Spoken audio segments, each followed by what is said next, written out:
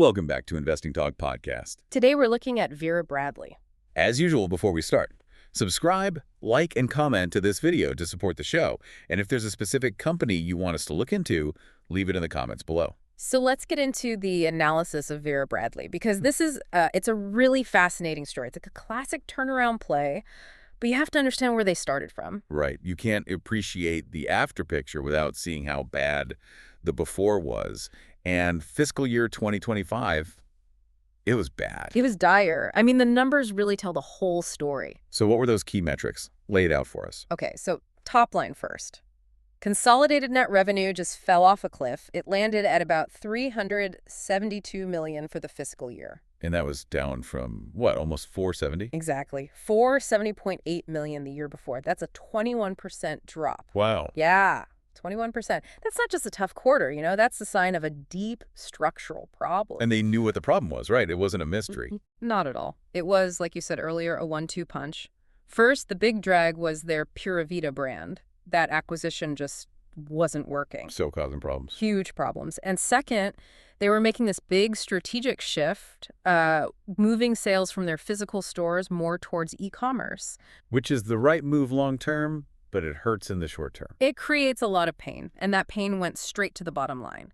They flipped from making money to a major net loss of $62.2 million. $62 million, that's a huge number. It is. It works out to $2.15 per share, just a complete reversal from profitability. And you can see that stress in the margins too, I assume. Oh, absolutely. The Yep. gross profit margin just got squeezed. It contracted down to 50.2% from 54.5%. So you're losing over 4 points of margin. Right. And for the listener, it's important to understand why that happened. You hear a term like inventory adjustments. Which is just corporate speak for, we had to sell stuff at a huge discount.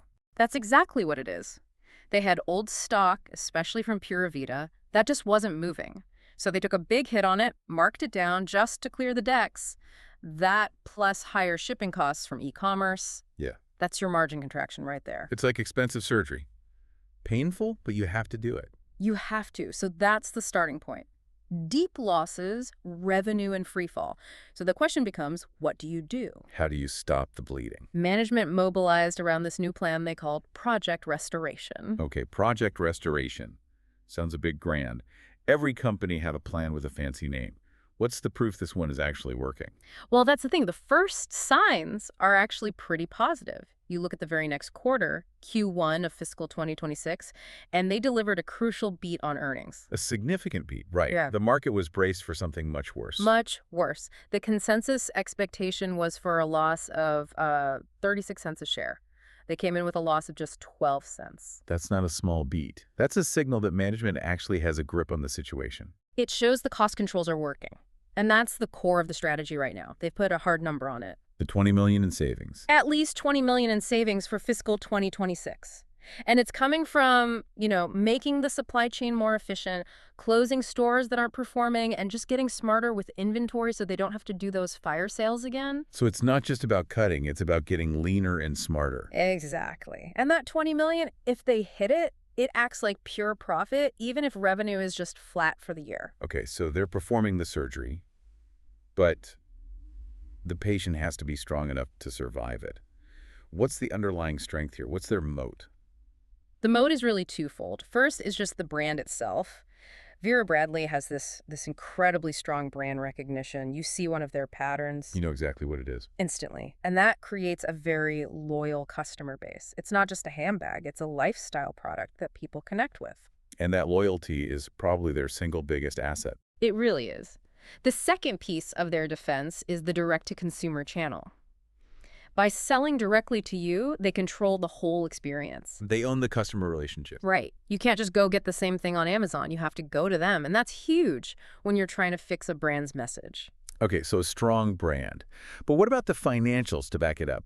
A lot of retailers try this, and they're just drowning in debt. And this is maybe the most important point in the whole story. Okay. The balance sheet has zero debt. Zero. Absolutely none. Think about that. They lost over $60 million, but they didn't have to worry about paying interest to banks, That gives them incredible flexibility. It's breathing room. They can actually fund the turnaround themselves without a creditor looking over their shoulder. And they have the cash to do it. They ended last year with around $30 million in cash. They expect that to grow to about $40 million by the end of this fiscal year. How is it growing if they're still technically losing money? Because they're generating positive free cash flow. And that's a key distinction.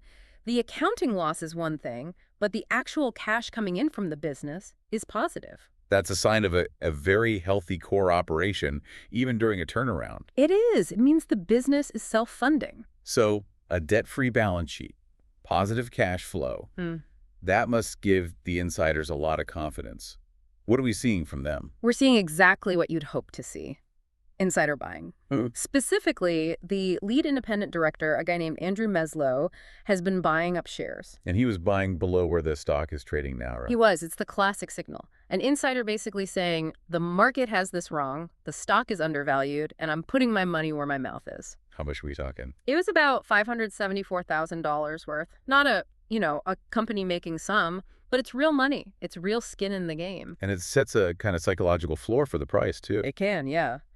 And beyond that, they also added some firepower to the board. They brought on Ivan Brockman. And he's got a background in what? Investment banking. Deep experience there, which tells you they're not just thinking about cutting costs, they're thinking about smart strategic moves for the future. Okay, so the bull case is pretty clear. Strong balance sheet, early signs of a turnaround, insiders are confident. Let's flip it. What's the bear case? What could go wrong here? The number one risk is just execution. Plain and simple, turnarounds are hard. Especially in retail. Especially. We saw good cost control in Q1, but the big question is revenue. Can they actually get people excited about the product again and get the top line stable? Right. It's one thing to cut costs, it's another to actually grow sales. Can they appeal to younger shoppers without pushing away their loyal core customers? That's a tough balancing act. A very tough balancing act. If they get that wrong, the revenue declines could start again and all those cost savings won't matter. The other risk is a legal one. The investigations. Yeah. There are law firms looking into potential securities law violations from those bad results in the past. And even if nothing comes of it, that's a distraction and a cost. It's an overhang. It creates uncertainty. It might already be priced into the stock, but it's a risk you can't ignore. So with all that in mind, what's the next big thing we should be watching for? When do we get our next piece of real evidence? The calendar is marked. The single most important event is the Q3 earnings report. And that's scheduled for when? December 11th, 2025. Okay, December 11th. Why is Q3 so important? Because Q1 was about cost cutting.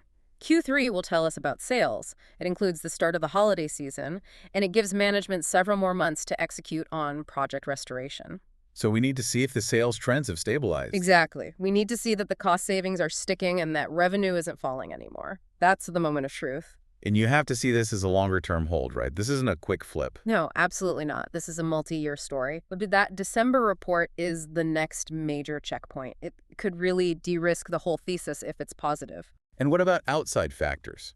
The macro environment. That's the potential wild card. I mean, if inflation keeps easing and people feel more comfortable spending on discretionary items. Like accessories. Right. That could give them a huge tailwind that they're not even planning for. It could really accelerate the whole recovery.